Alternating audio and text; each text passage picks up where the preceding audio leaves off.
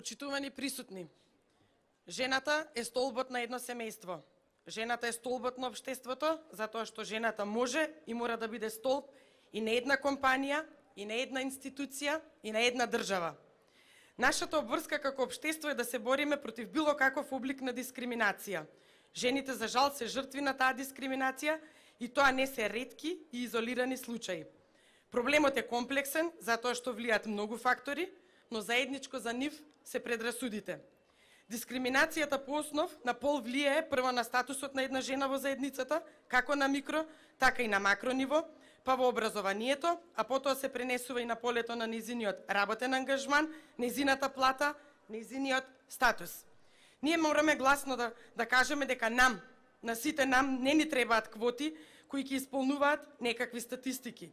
Нам ни требаат коренита промена на општеството во кое личноста ќе се вреднува според неговите квалитети, промена која ќе значи еднакви можности за сите. Жените тие еднакви можности можат и знаат да ги искористат и да се изборат потоа за својот статус. Промената е можна првенствено со гласност, но и со непосредна активност. Ме инспирираше пред некое време една познаничка која самата кажуваше колку тежок пат изодела во својот живот. Нејзиното семејство најпрво не гледало наклоно кон нејзиното образовно надградување, но за тоа самата се изборила. Потоа се соочила со вработување и таму самата се уверила дека жените ги потценуваат, па дури и не ги преферираат за одредени позиции, затоа што се наводно послаб пол, па може ќе направат пауза во кариерата заради мајчинството, па може би повеќе би прилегала оваа работа за некој маж и така натаму. Но мојата познаничка ми вели: се изборив и покажав дека сум подеднакво силен пол, затоа што сум силна, со силна волја и силен карактер, и со силно знаење кое никој не може да ми го земе. И мојата познаничка денес е успешна, почитувана и со семејството.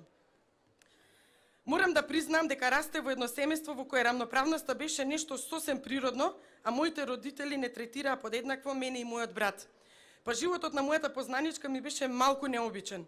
Необичен затоа што, работејќи во банкарскиот сектор, гледав иста слика која е малку поинаква од таа на познаничката.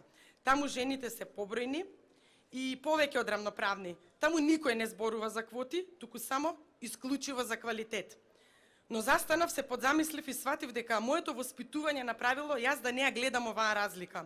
А јас сум ја имала уште пред очи, уште како дете во моето родно тетово. Како мојата познаничка има многу жени кои се избориле и успеале, но и такви кои не се спротивставиле на околината и останале во сенка на мажите. Жените се херои од нашите животи. Тие се и мајки, или сестри, или ќерки, или сопруги, или сето тоа заедно. И во исто време храбри жени кои работат и придонесуваат за себе и своите семејства и за државата. Нивните напори, нашите напори како општество е да охрабриме и да бодриме, да има што е можно повеќе успешни жени, затоа што тоа го крева потенцијалот на една држава. Велат дека еманципацијата на жената и нејзиното вклучување во тековите, во текот на минатиот век, помогнале многу семејства да излезат од сиромаштија. Нашата цел е да продолжиме да бидеме активни и овие промени да се засилат до степенот кога жените и мажите ќе се изедначат. Тоа е начинот да го издигнеме и општеството и стандардот на уште повисоко ниво. Ова треба да го правиме заедно, од жените вработени во текстилниот сектор до жените предприемачки, од жените кои не се вработени до жените вработени во здравството, од жените земјоделци до жените професорки. Сите тие жени се борат на свој начин за својот статус во општеството и треба да бидат вреднувани. Реков и пак ќе повторам: овие жени се столбот на едно семејство и се соочуваат со истите економски удари и кризи подеднакво, па дури и посилно од мажите. И нив ги погодува сиромаштијата, дури и посилно од мажите. И нив ги тангира невработеноста, па дури и повеќе од мажите. И тие гледаат денарот на два да го поделат и пак да не стасува. И тоа го гледаат и чувствуваат повеќе од мажите. Да се бориме за нивната посветла иднина, да се бориме за промените кои носат иднина, не само за нив, туку и за нивните семејства.